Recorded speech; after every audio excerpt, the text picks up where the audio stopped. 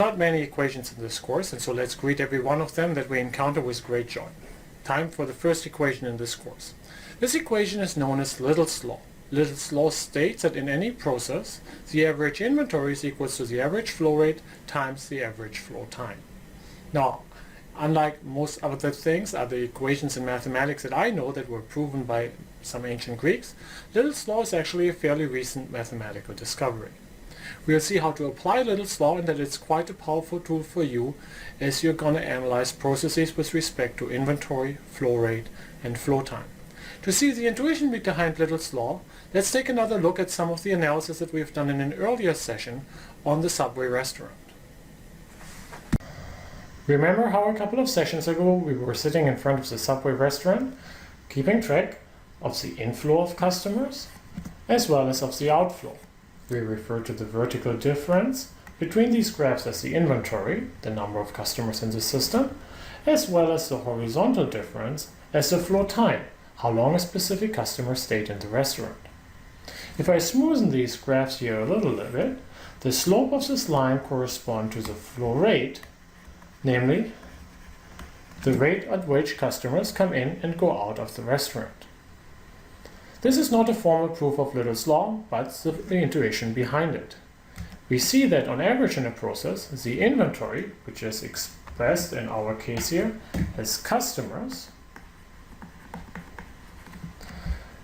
is the flow rate, which is expressed in customers per hour, so customers per minute, times the flow time, which is simply hours. And so the hours here cancel out, and you have on both sides the customer as a unit. Again, this is not a formal proof, but the basic intuition behind Little's Law. What are the implications of Little's Law? First of all, Little's Law tells us that from the three fundamental performance measures that we care about in this course, inventory, flow rate, and flow time, two of them you might be able to mess around with. But then the third one is written in law by nature. So for example, if you hold the flow rate fixed for the moment, that's your revenue, that's the numbers of customers you serve, let's hold this fixed for the moment.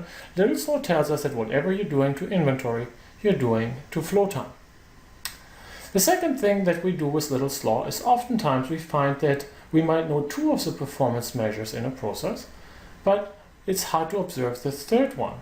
Little's Law can help us with two given performance measures to compute the third one. Now typically in a process, flow rate and inventory are relatively easy to observe. Flow time, in contrast, is not. Let me give you an example. Think about how long will it take you on average to respond to your email. This is really not a number that most of us routinely track.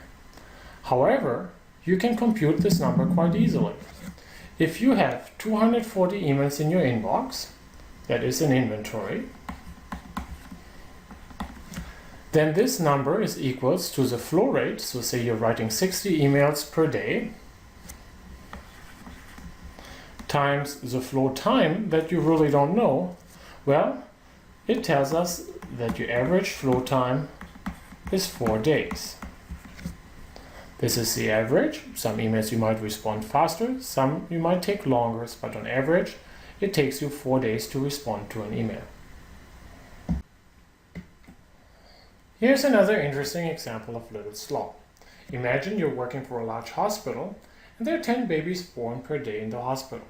Now 80% of these deliveries are easy and they require mother and baby to stay in the hospital only for 2 days. 20% of the cases are more complicated and require a 5-day stay.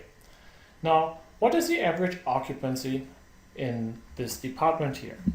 Well, it turns out that you can solve this matter by Little's Law. First of all, observe that the flow rate here is simply 10 babies per day. The flow time is the average time a baby spends in the department. With an 80% probability, it's going to be 2 days. And with a 20% probability, it's going to be 5 days. That is 1.6 plus 1 equals to 2.6 days.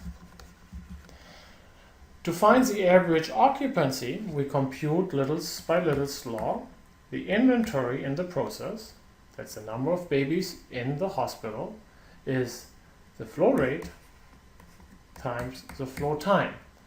10 babies a day times 2.6 days is equals to 26 babies. Again, notice that the occupancy might vary and you might be ill-advised to build the department with only 26 beds. This is the average occupancy.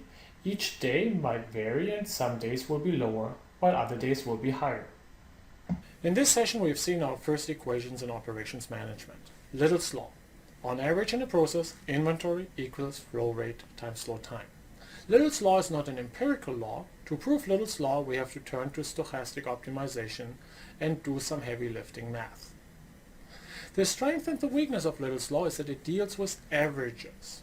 Averages are very powerful at the aggregate level perspective on an operation, but at the micro level they can be misleading. I as a patient care about my wait time, not about the average wait time, i.e. the wait time of everybody else. We will use Little's law going forward typically to compute inventory or flow time. In particular, we'll see an interesting application of Little's law in the next session.